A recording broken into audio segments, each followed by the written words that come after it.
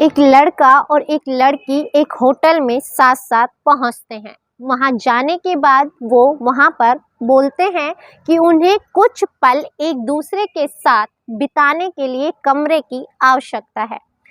जो रिसेप्शनिस्ट होता है वो उनसे पूछता है, क्या आप दोनों पति पत्नी हैं? वो दोनों एक दूसरे की तरफ देखते हैं और आंखों ही आंखों में कुछ इशारा करते हैं और इशारा करने के बाद वो जवाब देते हैं कि हाँ, वो दोनों पति पत्नी हैं। इतना कहने के बाद उनसे उनका आधार कार्ड या आईडी प्रूफ मांगा जाता है। वो दोनों अपना अपना आईडी प्रूफ दे देते हैं। इसी के साथ उनको उनका कमरा दे दिया जाता है जो कि पहली मंजिल पर था। दोनों कमरे की चाबी लेकर अपने अपने कमरे में चले जाते हैं। अपने कमरे में जाने के बाद अभी कुछ ही समय बीता था कि कुछ समय बाद ही जो लड़की होती है उसके जोर जोर से चीखने और चिल्लाने की आवाजें आने लगती है। जैसा कि मैंने आपको बताया कि कमरा पहली मंजिल पर था और उसकी आवाजें इतनी तेजी से आ रही थी कि नीचे के होटल कर्मचारियों को भी उसकी आवाज साफ साफ सुनाई दे रही थी। जैसे ही आवाजें आती हैं, पूरे के पूरे होटल कर्मचारी उस आवाज की ओर दौड़ना शुरू कर देते हैं। दरअसल लड़की बहुत जोर जोर से चीख रही थी, चिल्ला रही थी। सारा होटल कर्मचारी उस ओर दौड़ते हैं और दौड़कर जाते हैं तो क्या देखते हैं कि जो लड़की है वो अपने कमरे के अंदर नहीं बल्कि कमरे के बाहर बैठकर दर्द से चीख रही है, चिल्ला रही है। और वो इतना डरी हुई है, इतना सहमी हुई है कि उसकी डर को उसके चेहरे से भांपा जा सकता है। जैसे ही होटल कर्मचारी वहां पर पहुंचते हैं, उस लड़की को देखते हैं। उस लड़की के साथ साथ अंदर की तरफ जब नजारा देखा जाता है तो सबके पैरों तले जमीन खिसक जाती है। दरअसल कमरे से बहुत ज्यादा धुआं उठ रहा था और धुआं ऐसा था कि जिसमें कोई भी दिखाई नहीं दे रहा था। समझ नहीं आ रहा था कि होटल के कमरे में आखिरकार ये आग लगी तो कैसे लगी और ये धुआं उठ रहा है तो कैसे उठ रहा है। लेकिन जब इस पूरे मामले की परतें खुलती हैं तो एक ऐसा रहस्य उजागर होता है, एक ऐसा रहस्य सामने आता है जिसकी शायद किसी ने कल्पना भी नहीं की होगी।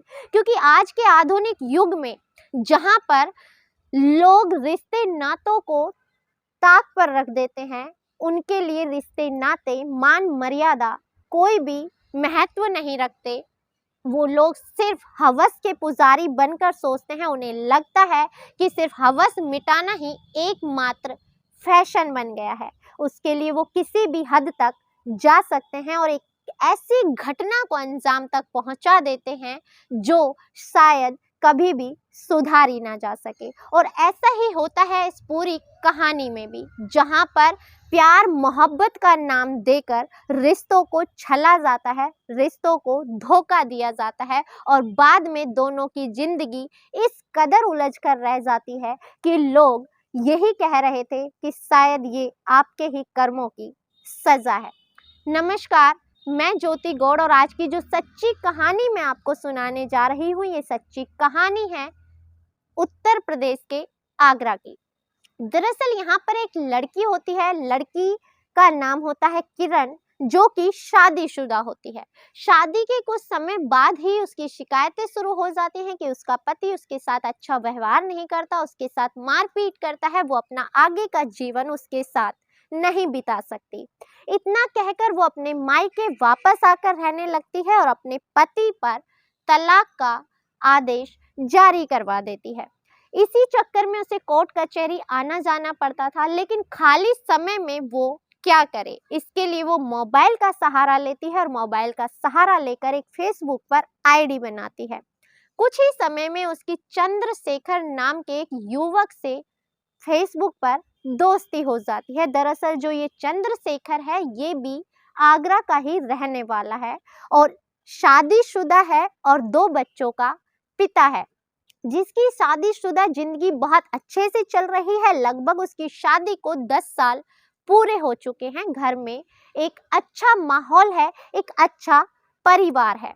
लेकिन फेसबुक पर दोनों की दोस्ती होती है, दोनों आपस में बातें करने लगते हैं। बातों का जरिया कॉल पर आ जाता है और कॉल का जरिया वीडियो कॉल पर आ जाता है और धीरे धीरे इन्हें लगता है कि अब इन्हें मिलना भी चाहिए। ऐसे ही करके ये एक दूसरे के साथ मुलाकातें भी करना शुरू कर देते हैं। जैसा कि मैंने आपको बताया कि तलाक के सिलसिले में लड़की को कोर्ट कचहरी के चक्कर लगाने पड़ते थे, तो इसी के चलते जो चंद्रशेखर है वो उसकी मदद करता था और उससे कोर्ट कचहरी लाने ले जाने का भी कार्य किया करता था। ऐसे ही दोनों के बीच नजदीकियां बढ़ने लगती हैं और कुछ समय बाद ही जो लड़की होती है उसका तलाक हो जाता है। तलाक होने के बाद अब घर वाले, जैसा कि उन्होंने पहले ही सोचा था कि अगर इसका तलाक हो जाएगा तो तलाक के बाद इसकी कहीं और अच्छा सा घर देखकर शादी कर देंगे। लेकिन जैसे ही चंद्रशेखर को पता चलता है कि अब इसकी शादी कर दी जाएगी तो वो उसके बिना कैसे रहेगा। तलाक के बाद जो लड़की है वो उससे कहती है कि ठीक है, तुम मुझसे शादी कर लो, लेकिन चंद्रशेखर उससे शादी करने के लिए तैयार नहीं होता क्योंकि वो शादीशुदा है, 2 बच्चों का पिता है। अब वो करे तो क्या करे, लेकिन जैसा कि घर वालों ने पहले से ही सोच के रखा था, वो उसके लिए लड़का तलाश कर रहे थे और इत्तेफाक से बहुत जल्दी एक बहुत ही अच्छा रिश्ता मिल जाता है और उस लड़की की शादी फिक्स कर दी जाती है। अब जो चंद्रशेखर है इस खबर को सुनकर बौखला जाता है, परेशान हो जाता है। वो कहता है कि वो उसके बिना नहीं रह सकता, तुम अपने माता पिता से कहकर इस विवाह को ठुकरा दो। लेकिन किरण कहती है कि तुम मुझसे विवाह कर लो, मैं तुम्हारे साथ आगे का जीवन बिता लूंगी, लेकिन मैं अपने माता पिता को मना नहीं कर सकती क्योंकि मैं आखिरकार कब तक अपने मायके में रहूंगी। लेकिन चंद्रशेखर उससे विवाह भी नहीं कर सकता और उसे छोड़ना भी नहीं चाहता। अब उसकी शादी की डेट फिक्स हो जाती है, कुछ दिनों बाद ही उसकी शादी होने वाली होती है। लेकिन जो चंद्रशेखर है अब बहुत ज़्यादा बौखला जाता है, परेशान हो जाता है। उसे हर हाल में उस लड़की को पाना था और दूसरी तरफ वो चाहता था कि वो अपनी पत्नी और बच्चों को भी ना छोड़े। इसी के चलते वो उस पर दबाव बनाता है कि वो उससे मिलना चाहता है, वो उसके साथ कुछ समय व्यतीत करना चाहता है और वो उसे मना लेता है कि जिद करता है कि आखिरकार लड़की उससे मिलने के लिए तैयार हो जाती है।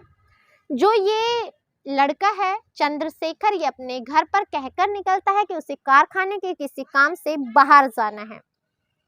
ये वहां से चला जाता है। वहीं पर जो लड़की होती है वो उससे कहती है कि किसी मंदिर में उसे दर्शन करने के लिए जाना है, वो कुछ समय बाद लौट आएगी।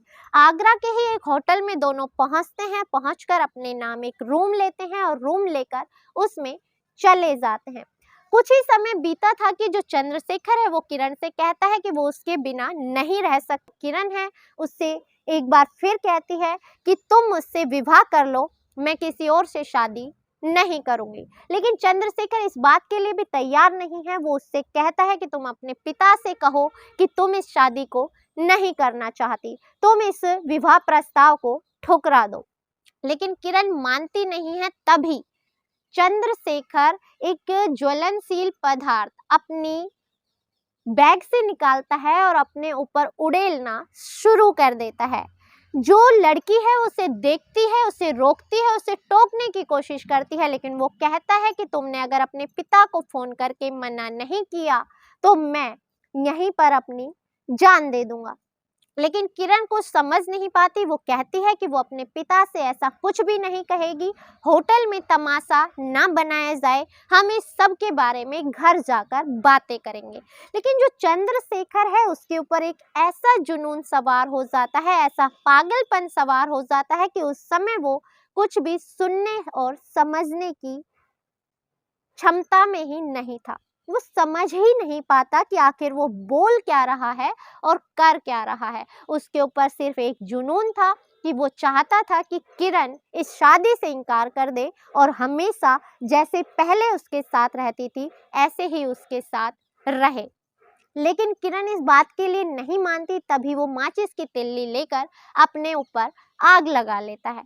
कुछ ही देर में वहां पर आग की लपटें उठना शुरू हो जाती हैं और वो किरण को पकड़ने की कोशिश करता है। इसी के चलते जो किरण है उसके हाथ बुरी तरह से झुलस जाते हैं। वो वहीं पर पड़ी हुई एक चादर को उठाती है, अपने ऊपर लपेटती है और दौड़ते हुए होटल के रूम से बाहर आ जाती है। और वो इतना तेजी से चीखती और चिल्लाती है कि सारे होटल कर्मचारी वहां पर पहुंच जाते हैं। और जब वहाँ का मंजर देखते हैं, वहाँ का नज़ारा देखते हैं, तो उनके पैरों तले मानो जमीन खिसक जाती है। जब अंदर जाकर देखा जाता है तो जो चंद्रशेखर है वो बहुत बुरी स्थिति में था, बहुत बुरी तरह से झुलस चुका था। उसे वहाँ से निकाल कर अस्पताल पहुँचाया जाता है, फायर ब्रिगेड को बुलाया जाता है, लेकिन जब तक वो लोग पहुँचते उससे पहले होटल के कर्मचारियों ने आग पर काबू पा लिया था। लेकिन जो चंद्रशेखर है वो बुरी तरह से झुलस चुका था, उसकी हालत बहुत ज़्यादा गंभीर थी। उसे हॉस्पिटल में पहुंचा दिया गया। उसी हॉस्पिटल में उस लड़की का भी इलाज हुआ।